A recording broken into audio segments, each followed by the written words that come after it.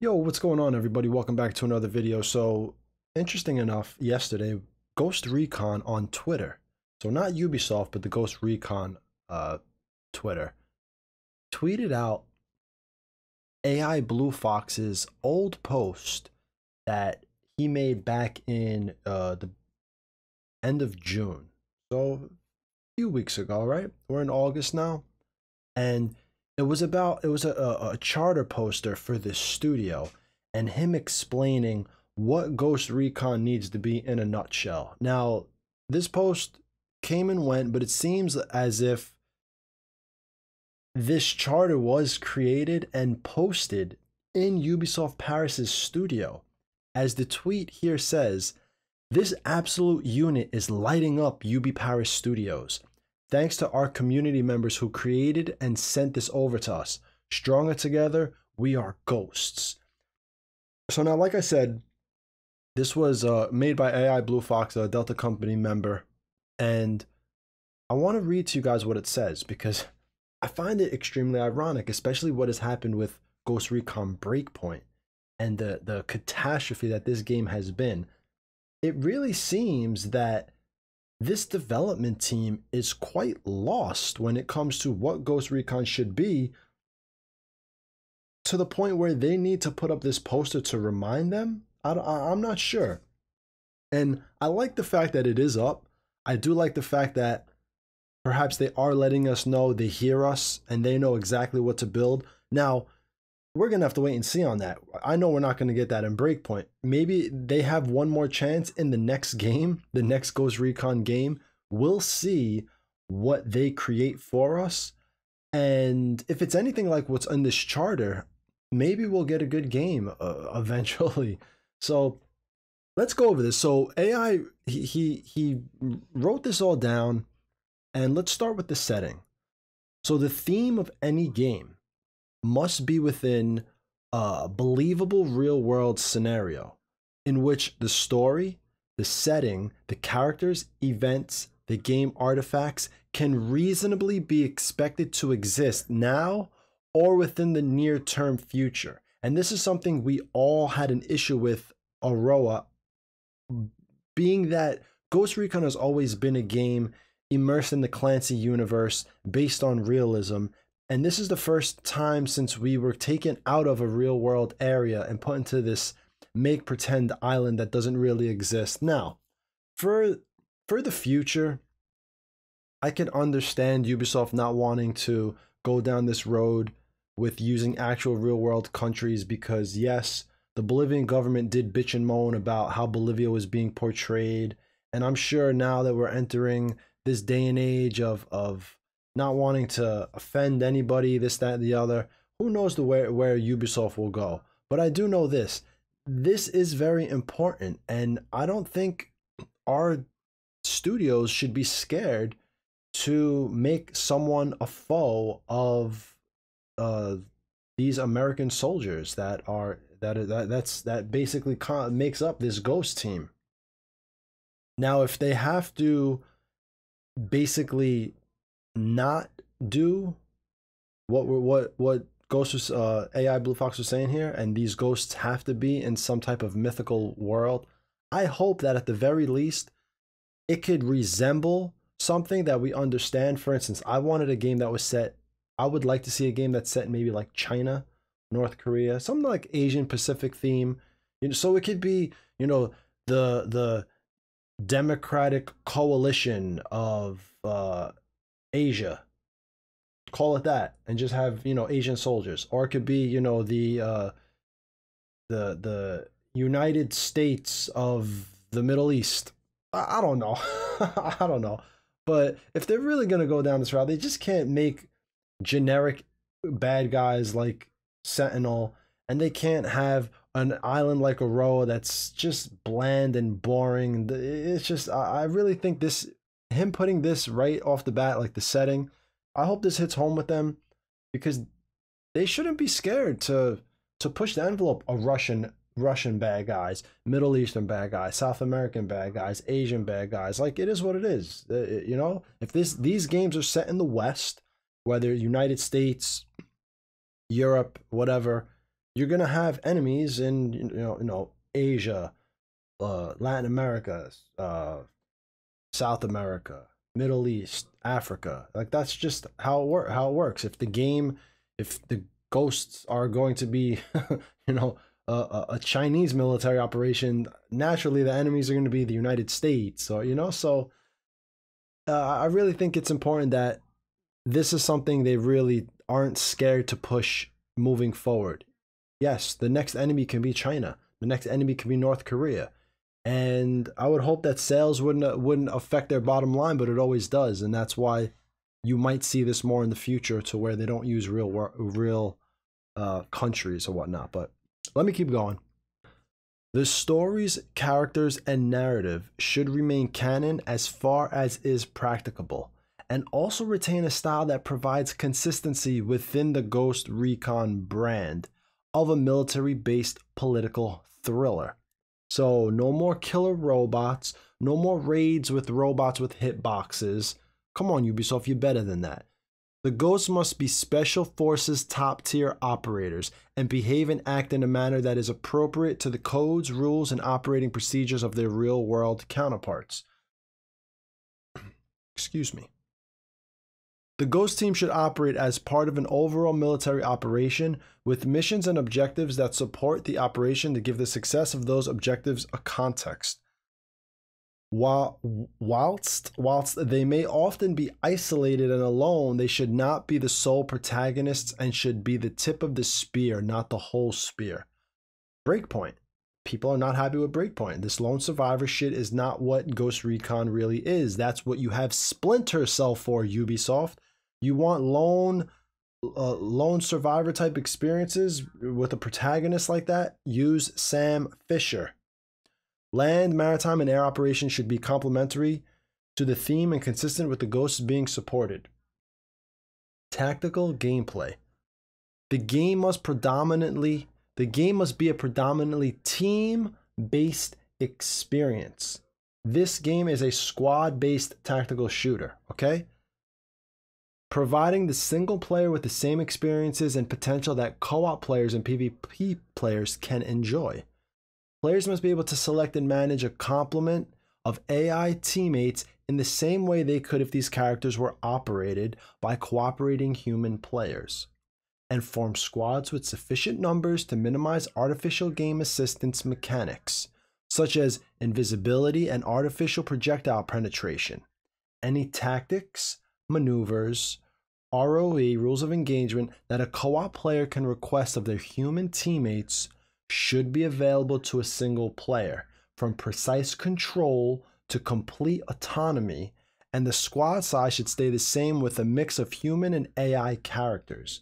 So, yes, Ubisoft, when you're playing with the squad of 4, maybe in the future 6, who knows what they're going to do with this franchise, but let's say 4, and one guy goes this way, another guy goes that way, you go down the middle, you should be able to do that with your AI teammates. You should be able to say, one guy that way, one guy this way, one guy hold here in the Overwatch position. I'm going down the middle. Now we have a nice pincer movement attack on this location with an Overwatch sniper. We're good to go.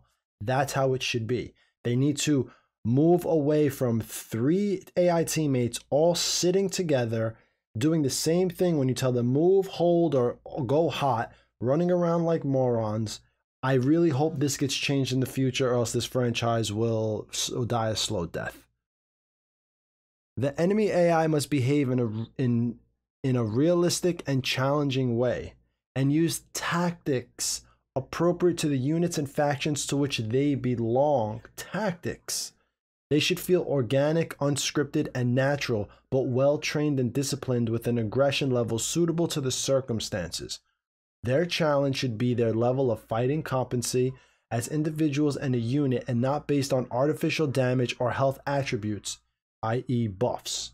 Now, what does this mean? In my opinion, and this might be the problem as we go more into this, everybody's going to maybe dissect that differently, but when you say they need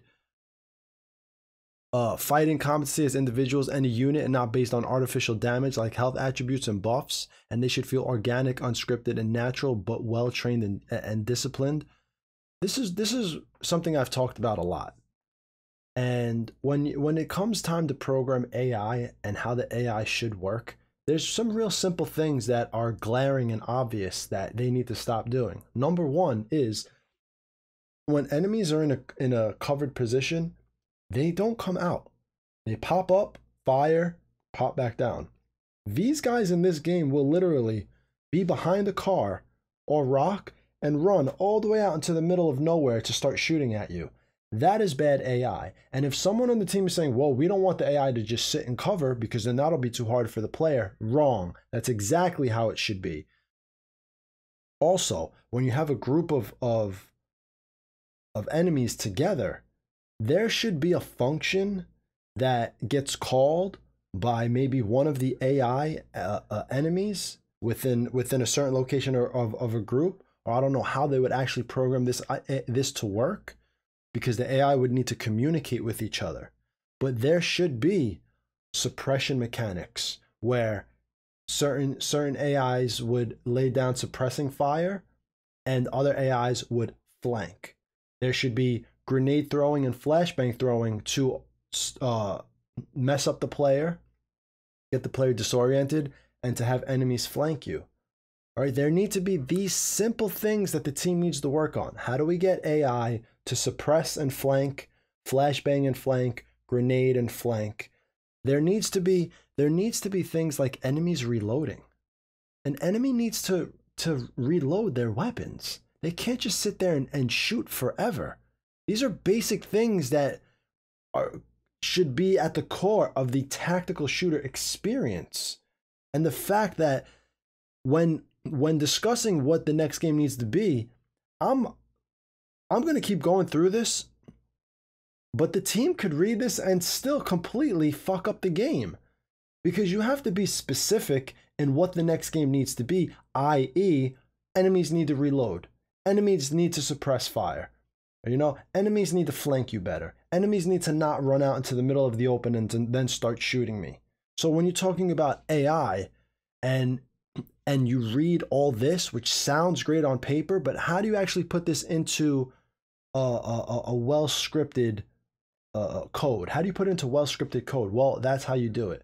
You need to have the actual how is it actually going to work mechanically? So if you're going to have AI that's using tactics appropriate to units and factions and all this, it comes down to this. They need to reload, not run out into open areas. They need to use suppressing fire. They need to flank. They need to throw flashbangs. They need to throw grenades. They need to figure out how to get to your position without charging you. If Nomad is here, right, and the enemies are all here, right, they need to figure out, you need to see enemies laying down suppressing fire and try flanking around Nomad. That's how you need to program the AI, bottom line. You do that and you're off to a good start, rather than, like I said, they just run out, shoot you, and wait for you to kill them. So now at this point, difficulty levels. Difficulty levels and modes should provide options to allow players to customize the experience that they want. Okay, let's see what this is. Providing as much intel assistance as desired, enemy density, competence and behavior, damage received and given, and weapon, ammo, supplies, and equipment availability. While presets can be used, the game should allow customization for all parameters. Health and stamina must be variable and impacted by what happens to the player when receiving damage or exerting themselves. Any progression system that develops capability in the character's skill, physical capacity, or resilience should be based on realistic and authentic attributes and avoid artificial RPG-style numerical systems. Basically, i.e., what we have right now in Breakpoint. We don't want to see numbers on guns, man. We don't want to see that we got this piece of headgear and now we have +5 stats to agility, which I don't even understand what the hell that means in this game. We have +5 stats to throwing a grenade farther. A lot of things don't make sense. As far as programming everything to the UI so we could toggle with it, I think that's great for every game, to be honest. I think more games should do that. If you're coding something out, how hard is it to just put that function on a UI and let me toggle it on or off, right? More power to developers who do that too. And Ubisoft seems to do it the most with Ghost Recon than any other game I've seen. They really like with the immersive experience, their HUD, their UI. Like they have a lot of stuff that you could turn on and off, and I do appreciate that they do that and keep that going. Equipment.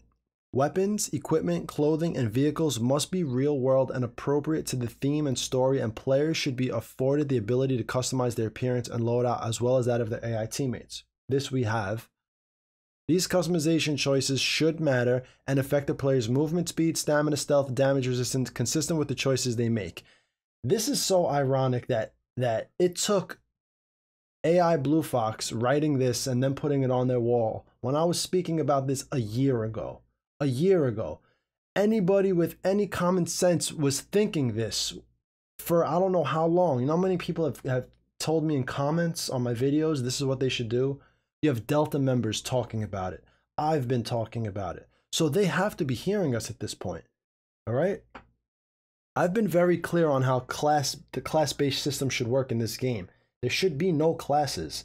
Classes are irrelevant. What it should be is if you roll out with a M4, one primary you roll out with, you have on a heavy armor, helmet, you know, you have on let's say you even put on a second primary on your back or however it works.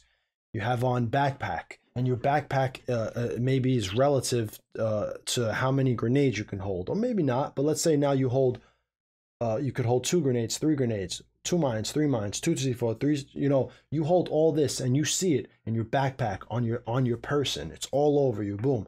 Your guy should be slower. Stealth should be out the window. You try creeping on an enemy, he hears you. Wait, what?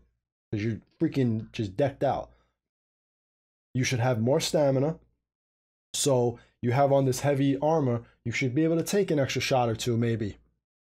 You know? Maybe if you take a bullet, maybe if you have on a helmet, you take one to the head, it ricochets off. You know, who knows how this can be programmed. But this is what they need to think about moving forward within this genre of gaming. See, they went this direction trying to reimagine what Ghost Recon could be with these drones and everything. Meanwhile, the answer was right here, right in front of them. You want to evolve this franchise, you want to evolve this genre. This is how you do it. You allow people to customize their character and have an effect on what they do in game. You want to play the Sam Fisher route on Ghost Recon? You want to be agile, nimble, stealthy? You want to creep around quietly? Well, be ready to have on no tactical gear, one primary, maybe only 1 grenade, 2 grenades, 1 C4, that's it. And when you roll out, you're silent, you're quicker, but if you get shot, you go down pretty fast. You know, these are the trade-offs, and that's how you pick your class-based system. Obviously, the guy who's all decked out is going to be more of an assault class. The guy who's not decked out is going to be more like a Panther echelon class. Then you could have a dude with a sniper rifle, and he wears nothing as a sniper rifle, and so he's maybe got the best of both worlds, but then when he gets into a confrontation close up, he's only got his pistol on him, or he's got to roll out with a second primary, which then slows him down a little bit, makes him a little less nimble, less agile, things like that. These are the things developers need to sit down, flesh out these ideas, and have your programmers attack them. Because I know the talent is out there to figure out these types of systems and have them work. They did it in Metal Gear Solid Online. Kojima, I don't know if Kojima worked on the online portion, but they did it online. You put a lot of stuff on your guy, you rolled out with more grenades or this or that, you were slower. You were actually slower in the PvP game. You wanted to be nimble and everything, you wore nothing and only had 1 gun and maybe like 1 grenade on you. So it can be done. There can be a weight system where the more shit you put on you, the heavier you get, the slower you go. There can be a health system where the more heavy armor you put on, the slower you go, but the more health you have. The less heavy armor, the quicker you are, but the faster you die. It can be done. So I hope they're not just reading this. You can read this and still fuck it up as developers. So I hope they're really understanding what this type of stuff means. It should affect the player's movement, speed, stamina, stealth, damage resistance, consistent with the choices they make. I 100% agree with AI Blue Fox here. Items of equipment should not be predominantly tied to a progression system or unlock events. Let's read that again. Items of equipment, right, should not be predominantly tied to a progression system or unlock events, meaning don't tie down items people want. Like don't put them behind raids. Don't put them behind a boss or this or that. Now, this I agree and disagree with, okay? Because we are still playing video games. So, for instance, Walker's Silver Stake, I think it's cool that after you kill Walker, you get that gun. So this to me is a fine balance. You know, like you could still video game this shit up. You could still have it to where this item is locked behind this boss fight, but the boss fight needs to be just a normal progression, not like a raid where you're depending on 4 other people to sit there for 5 hours to get you that one item. No, it could be just like how games have been since the beginning of time. You progress through the story. There's this one cool item you want. You get to that part of the story, you beat it, you keep it moving, you unlock it. So I think there is a balance there that could be met. But I think he's really referring to, specifically here, he's referring to the raid.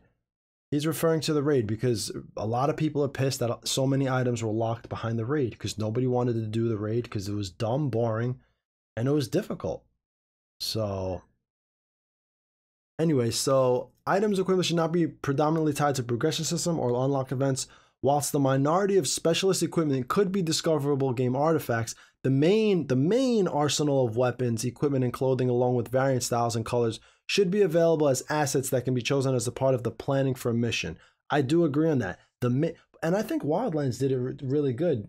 And yeah, Breakpoint was a lot worse.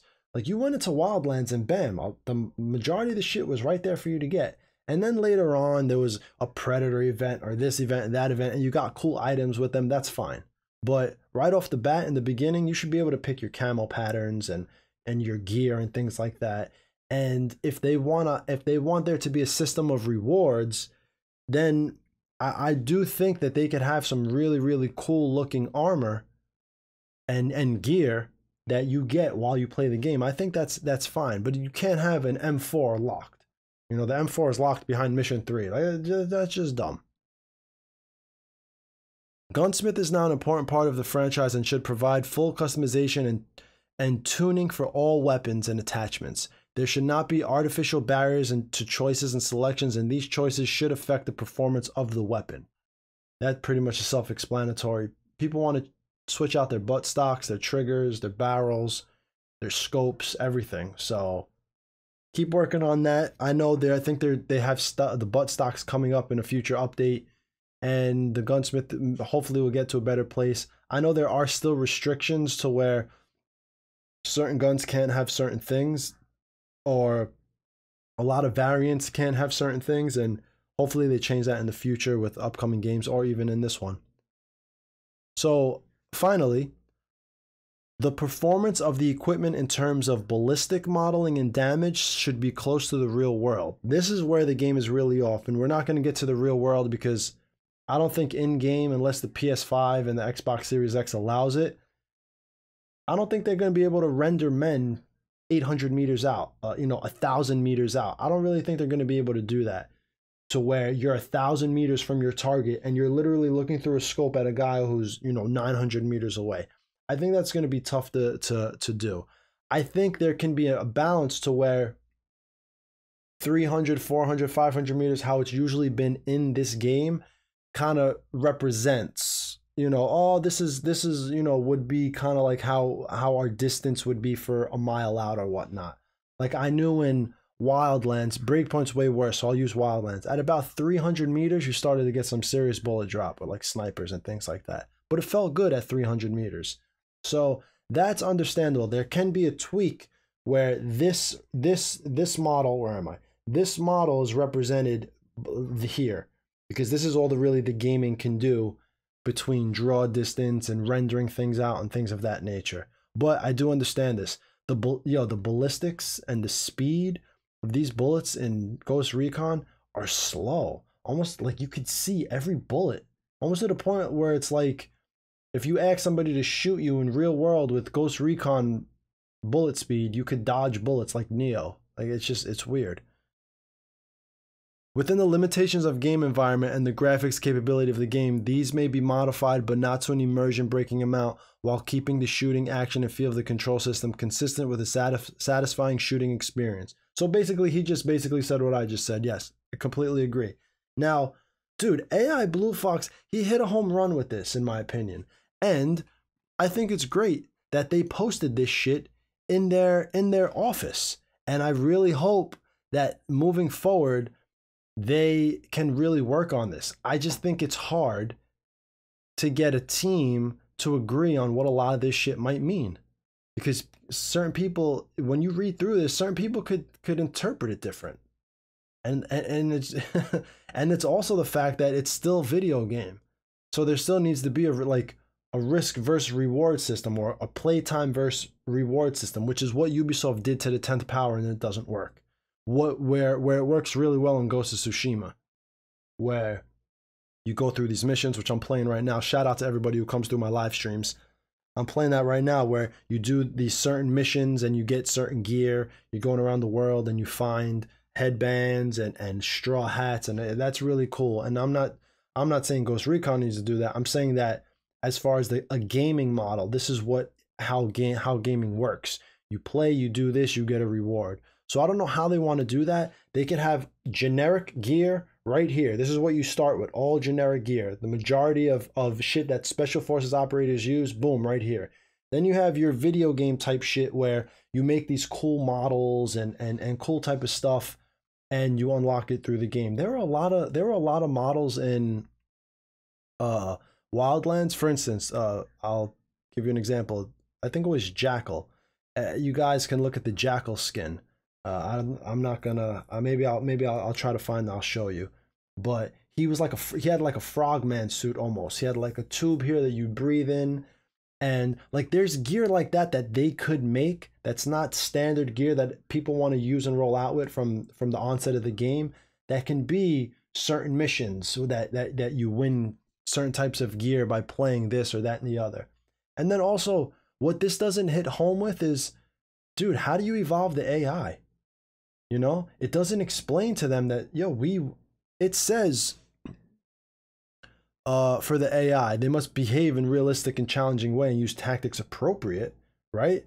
And it should feel organic, unscripted, natural. It says that, but we really need to hit home what we want them to do. Like for me, my opinion, I want them to be able to move to a position, hold a position while opening fire, holding fire. So move to, hold fire, and they move to that position and won't shoot anybody until I tell them to open fire. Or if they get seen and they're fired upon.